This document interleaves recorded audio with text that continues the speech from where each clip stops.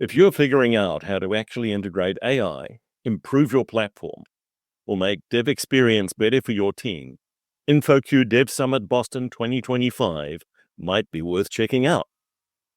It's 2 days in June, focused on the real-world side of adopting these technologies.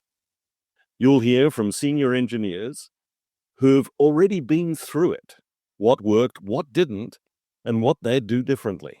It's built for teams who need to move now, not just stay inspired. Join us this June 9 to 10. Learn more at devsummit.infoq.com.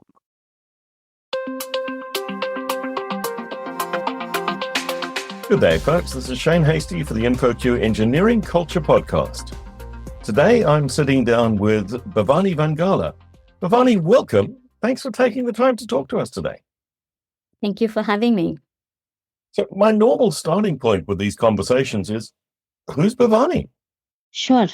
I'm a lifelong techie and currently I head Engineering Autonomous, and we're a fast-growing Series A health tech company right here in Bay Area.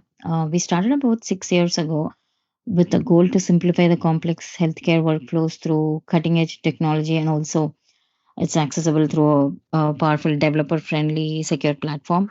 My career journey started as a software engineer, writing code, breaking things, fixing them, and also learning things along the way. Over the years, I've led engineering teams in both large companies and fast moving startups. And today, I'm really lucky to have built both a stellar engineering team and also a platform that's genuinely changing the way healthcare tech gets built and delivered. To me, tech leadership isn't just about shipping features or checking boxes, it's about solving customers' hardest problems and building it in a way that is effortless to the user. And that's what we build, powerful technology wrapped in simplicity. That's the difference I want to make. Powerful tech wrapped in simplicity. As an engineer on a team, how do I understand what that simplicity is? It should be easy, like in healthcare workflows. You can see they basically go through these gazillions of documents and come up with, summarize stuff and go here to this system and that system and pull up information. And then they talk, for example, I'm just taking this health scenario here, right? A doctor who wants to just go into a patient and all that. So they want to talk to a patient about the diagnosis and everything. They have to go to multiple system, pull information through and summarize all that and get. And top of that, they also have to give what the solution is, what's the diagnostics and everything. So for them to go over a lot of all these workflows by themselves and then finally getting to a point where they need to just focus on just treating the patient, right? And not worry about all the other things. So the solution or the product that you create should be very easy. So just they give a patient name, it just does everything for you in the background and just comes up with that simple information for you to do it. So as the engineer on a team, how do I influence this versus the product manager who's doing the design, for instance? So I think we have to see what the goal is, right? It's not about convincing anybody to do it this way. I think all of us are working towards the same goal. So whether it is product, whether it is UI, UX, the design, or whether it's engineering, I think all of us have to come together and align on that simple goal, right? And then I think everything else falls into place of like how we want and how we want it to be designed. And it all starts right there. So all the group that's responsible for putting the product have to come together, align in their thoughts, and then get this going. More and more in today's environments, one of those members of that cross-functional team is a generative AI robot. Mm-hmm. How do we work with them? Generative AI robots, as of now, we have not gone that far yet. So we just work with people right now. Just because there is a technology, I don't think we just have to work with that and we're forced to work with that. I don't believe in that. I always go by what is our customer's problem at hand? What is the efficient solution and the right solution that needs to be in place? That's what we go for. And right now, I don't think that robotic AI is mature enough for us to go use that and build anything. So personally, I don't believe in that. Okay. But as an engineer today, I'm being asked to use the Copilot tools and so forth, and we're seeing significant productivity improvements coupled with, interestingly, significant increases in defect levels. How do we balance those two, and how do we use these tools to the most effectiveness? Yes, of course, the engineering leaders are asking the team to use the Copilot and do things, right? And I have to tell you, like, there are a lot of engineers who don't want to use the Copilot, right? And there's a balance that we have to do, right? Where does it help you? They just say, okay, it increases the productivity of the engineers, but we do have to say, does it? Or is it creating more issues than what you had before? So there's a balance that we have to do. I think in terms of using Copilot as a companion, like a partner, there is still ways to go there. We should think about the background things that's happening with engineers using the Copilot, right? You're asking it to complete a dot, a parenthesis, or things like that. And it's going through that big, a massive AI model to do this. And underlying all the energy stuff that is getting spent for this, just for completing your sentence or auto completing your code and everything, right? So in my mind, I think that's overkill. But then there is a real use of wherever you want to use in terms of the error stuff, and it would also be used where it can be integrated with the developer's IDE, where it would basically go into real time information, pull up that real time information and show you that this is where the errors are, these are the different libraries, and you're making a mistake here. And it has to evolve to that level, right? So because the models today are like with old information, they are trained up to a certain point. And in this open source world, you basically see things evolving on daily basis or even hourly basis, right? And for you to use Copilot and you to be using the libraries, the misinformation that it will have in terms of the old libraries and everything, not everything current, right? It's not going to be useful. So you're going to make mistakes there. There's going to be defects. If a developer or an engineer does not cross check things, then it's going to be a problem in production. So use it in a way that don't rely on it fully, is what I would say, where based on where things are today, and always verify it. As much as we want to say human verification is not needed and it's going to do and all that, but there's always, you should have verification process. It is covering all the things that you need in that code and all that. So do that verifications diligently before you put things into production. Just because something is giving you some suggestions, is giving you the auto completion based on the information that it knows, don't just blindly believe in it, right? And as I said, for it to go to the next level as a partner, it needs to integrate with the current live information about the libraries and then pull the data from that to be even more like better with defects, right? Less defects and things like that. So the latest version of these models are getting better and better at inference and reasoning. How's that helping us? Or is it? Okay, let me go into the scientific evolution and then we can touch on the AI part of it. So, in the 17th or the 18th century, when Isaac Newton published his work, at that time, very few scientists or thinkers asked him to reason it out, right? By 20th century, when Einstein shared his findings, obviously the bar was higher. He faced more scrutiny, more questions, and he had to reason that out. And now look at scientists in the 21st century. It's just not enough to share a theory. You have to defend it, debate it, and reason it with everyone in your field. So that's the arc of scientific evolution towards deeper reasoning and accountability. Now compare that with AI. Right now, AI arguably is still in the caveman phase. We have all used Gen AI, and at some point or the other, with more follow ups to your prompts, we've gotten responses that is completely out of context. So it is like it answered quickly, but didn't understand the question. So pattern matching got us this far. It's impressive. And to me, AI is as transformative to technology as semiconductors, internet, and cloud. But the critical next step is reasoning, because the issue right now is reliability in terms of consumer apps. That's annoying, But in enterprise systems, that's a deal breaker. So in my mind, we've gone through like these three phases right now. And the phase one is, wow, this model is fast. And phase two is like, wait, is this even right? And now we are entering phase three, which is the reasoning and trust. And the companies that are already seeing serious success with Gen AI is they have a cognitive layer on top, which is where the strategy happens, right? So the real winners are those that are using the AI wisely, who have built this cognitive layer on top. And the next revolutionary step for AI isn't just better output, it's better inference, it's the explanation, justification, and the self awareness. We'll need AI doing peer reviews of other AI and human in the loop feedback to close the reasoning gap, and also systems that can think through a response, not just spit one out, right? Because we don't need fast answers anymore. We need answers we can trust. And just like how science evolved through reasoning, so must AI too. So with that reasoning, observability becomes an issue, doesn't it?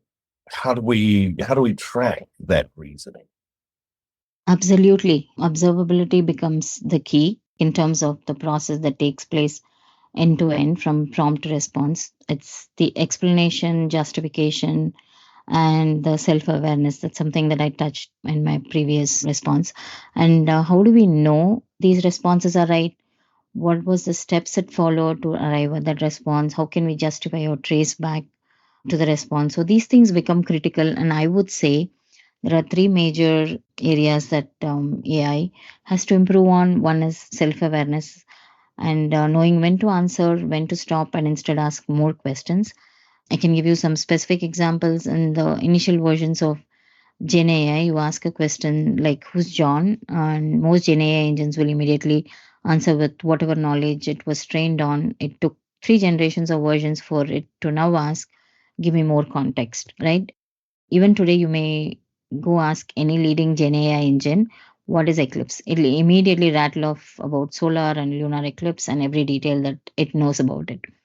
The AI engines do not stop to ask, hey, which eclipse are you talking about? Is it celestial or ID or something else? So at this point, Gen AI can finish your sentence, but can finish your thought. And the next is the AI specificity. Do not bring the world's largest AI model to answer a simple question like in a small domain. That AI will only be corrupted because with its vast information that it has, and the more you know, the more you hallucinate. And that's even personal with humans.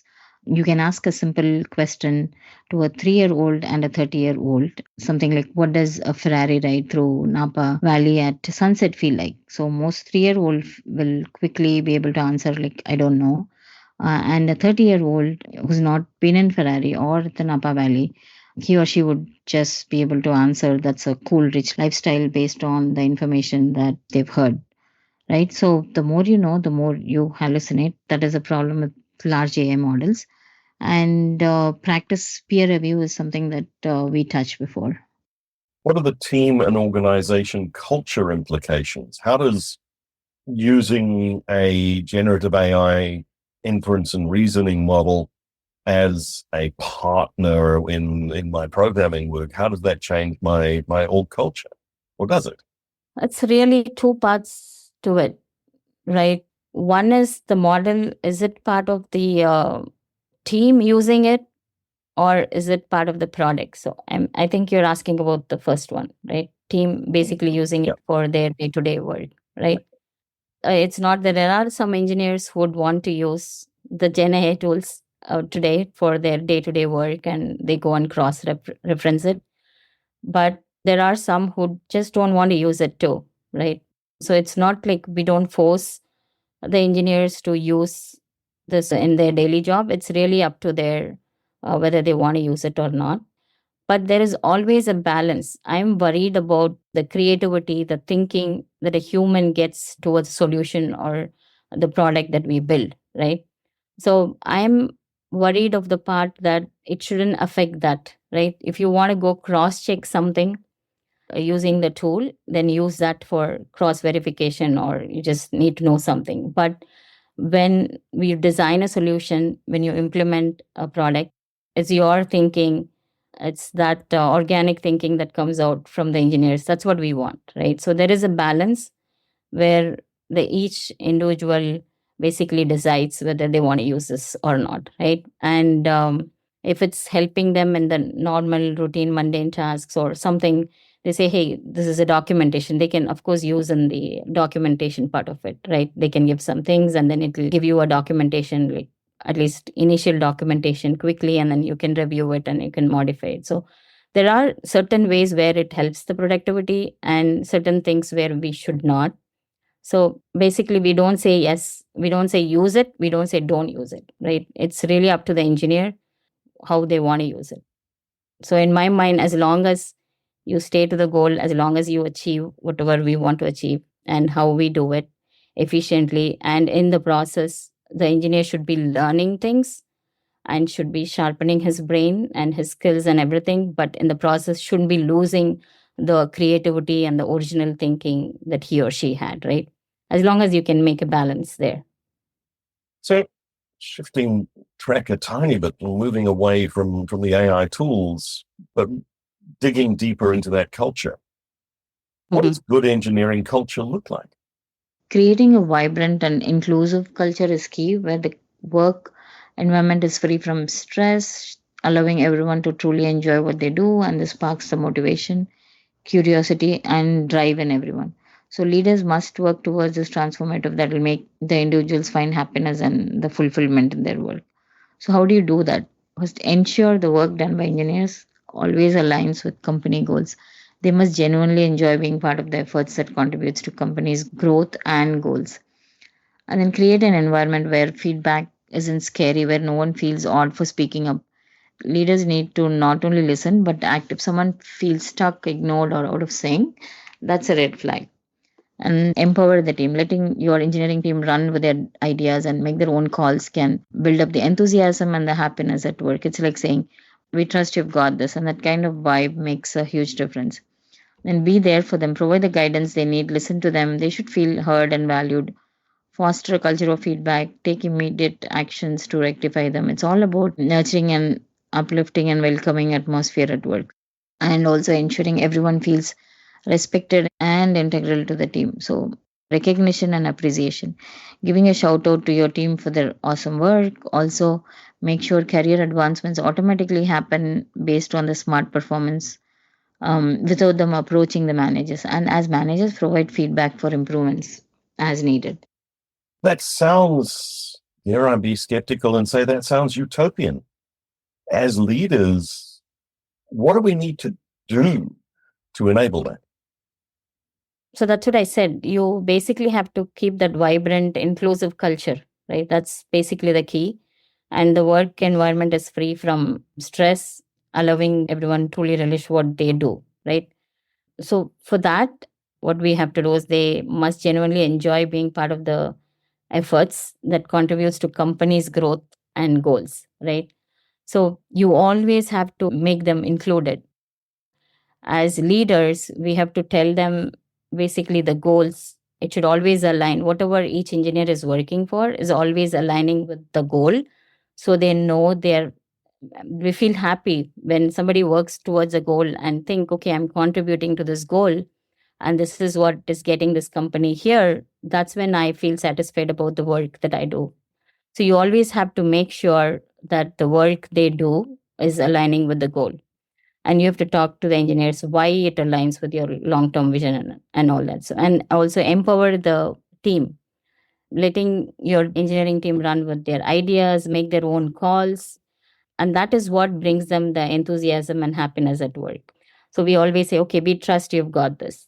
And that kind of vibe makes a huge difference to the engineers. They feel very confident. They're saying, okay, they're trusting this on me. That basically is like empowering the team to do things, right? And then always be there for them and provide the guidance they need. Listen to them. And they also should feel heard and valued. And if they provide any feedback, take that seriously, make sure that it's getting resolved, and then go back to them and talk to them and say, hey, last time you told me this, is it getting addressed? Do you feel okay? So continuously as leaders, we have to make that effort, right? The organization is not just going to run by itself. You just say something, this is what we have to deliver. and no matter what, we have to deliver this. It doesn't work like that, right? There needs to be empathy and compassionate in the leadership role too. And I think the engineers need to feel empowered, and you have to be for them. And also there is recognition and appreciation that needs to happen too. That's when I feel good about working in a place. There's a lot there, but we're also coming out, we hope we're coming out of a period when there have been massive layoffs and disruption in our industry.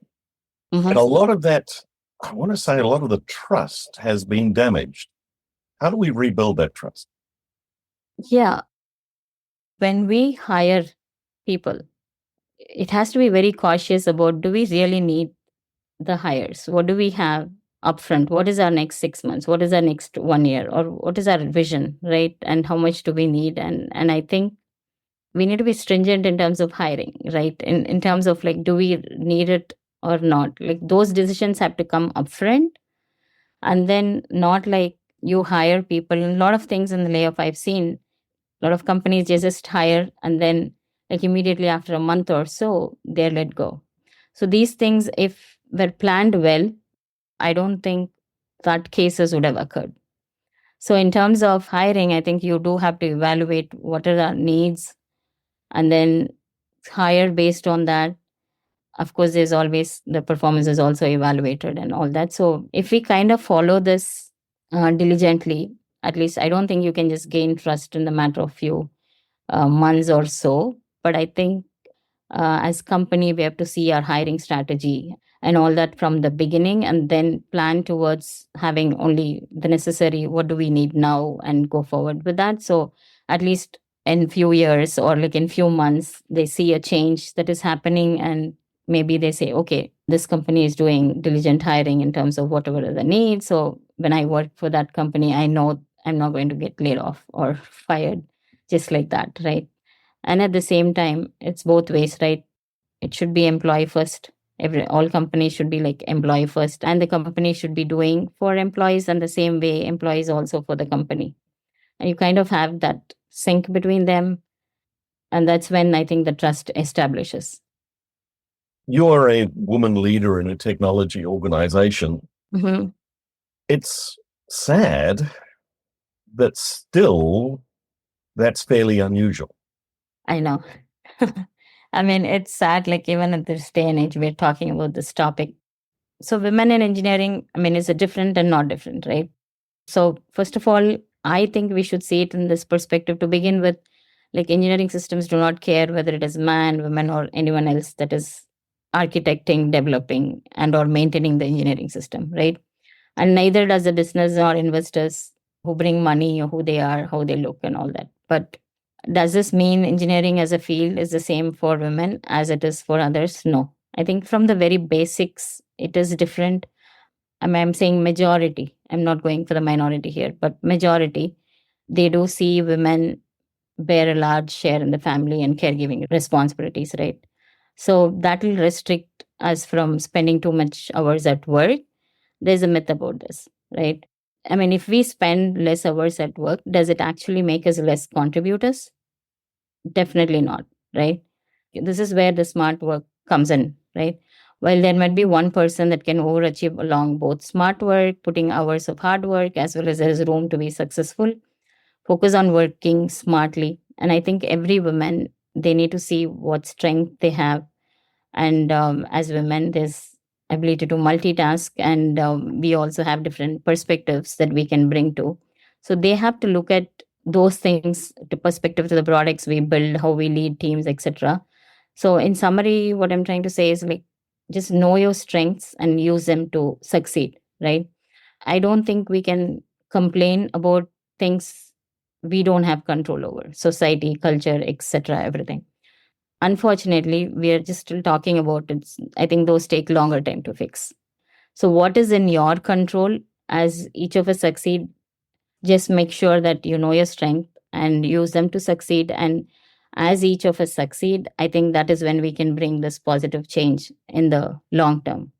So in the short term, do not get that keep you away from the success, right? So don't worry about all the other things. Just focus on your strengths. Things are going to happen. see how you have to move forward and just march towards that goal. As a man in a team, how do I be a good ally? I think everybody should actively embrace and celebrate the diversity within the teams. It's not about the gender, right? Each one has their own special qualities and their own strengths, right? As a team, we have to see like what is that strength and how can we use that to make things better or to deliver things better, right? So that's really what we have to see. As leaders, all achievements, promotions, everything are linked to merit and performance. So, like leaving no room for doubt for why someone was promoted. So, we have to foster this transparent environment. So, the execs need to walk the talk, right? By setting clearly equality goals, making sure leaders are really held accountable and hitting those marks.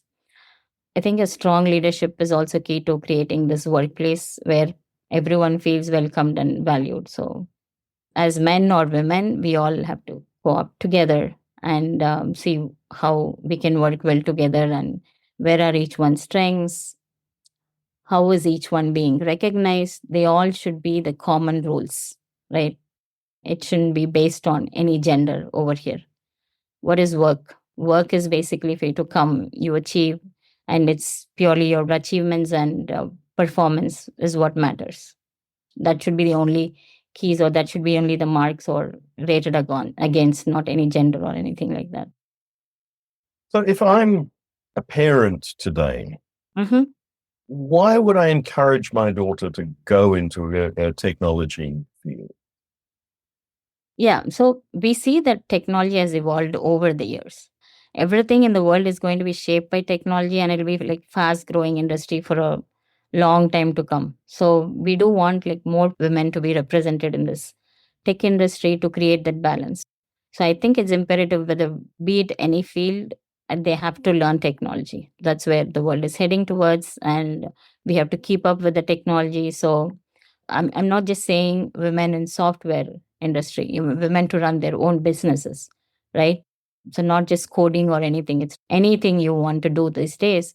It's all about you need to know how to use technology, right? So I think more and more women should come into this industry. In the tech industry, they should create that balance. So it's very imperative for every woman out there to have enough technology expertise for anything they're passionate about, as the future work will always be associated with it. Bani, we've meandered a lot and some really important and interesting concepts in there. If people want to continue the conversation, where can they find you? LinkedIn is the best place for me. That's where they can contact me. And we'll make sure your LinkedIn is in the show notes. Thank you so much for taking the time to talk to us today. And thank you. Thank you so much, Shane.